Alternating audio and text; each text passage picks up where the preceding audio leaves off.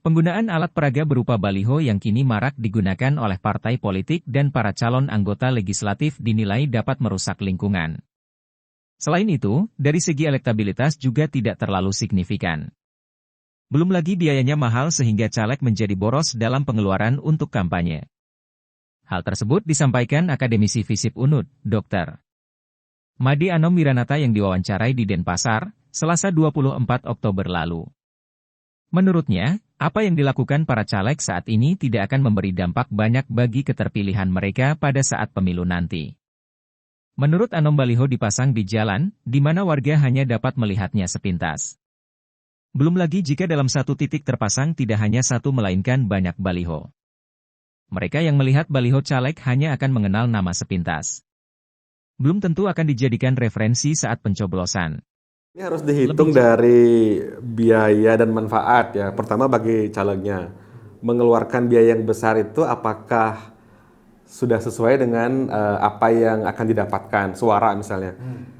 Terlebih misalnya memasang baliho di jalan-jalan besar di mana orang tidak berhentinya tidak lama. Dan terlebih lagi ketika balihonya banyak, jangankan memilih, mengenal aja mungkin orang tidak ingat.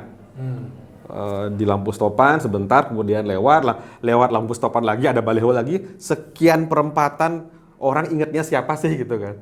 Jadi saya tidak yakin itu akan sebanding antara biaya yang dikeluarkan dengan keterpilihan dari caleg yang bersangkutan. Dan juga dari aspek keindahan kota, terutama nanti pasca pemilu, apakah nanti mau dibersihkan atau jangan-jangan malah nanti Satpol PP yang repot, malah anggaran publik yang digunakan untuk membersihkan. Saya agak ragu, apalagi calonnya kalah misalnya kan, kecewa balihonya dibiarkan. Jadi itu perlu dipikirkan terutama dari aspek keindahan ruang publik, karena itu perempatan dan juga tempat-tempat strategis adalah ruang publik yang seharusnya menjadi milik bersama. Jadi view-nya juga harus menjadi milik bersama.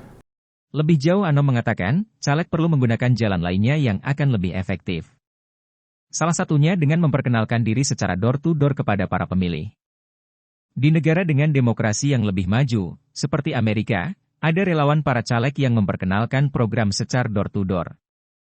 Ketua KPU Bali, Dewa Agung Gede Lidartawan sejak lama telah mewacanakan apa yang disebutnya sebagai green election yang mengajak parpol dan caleg tidak menggunakan baliho dalam kampanyenya. Nah, di era digital ini tentu kita harus berpikir bahwa hampir 54% nanti pemilih kita itu milenial. Bagaimana mereka bisa memilih tepat kalau hanya diisi baliho yang begini aja di tengah jalan? Jadi nggak bisa kami, sehingga yang diuntungkanlah maklar-maklar politik yang membawa orang ini kan gitu. Nah, maka itu saya mencoba mengkaji, karena saya sudah melaksanakan di 2019 kemarin.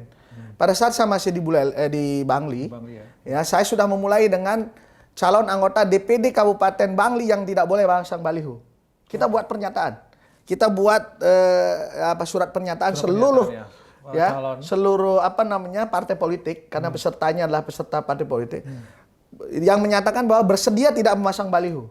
Mana yang lebih baik antara baliho atau video pendek yang teman-teman tidak menimbulkan sampah?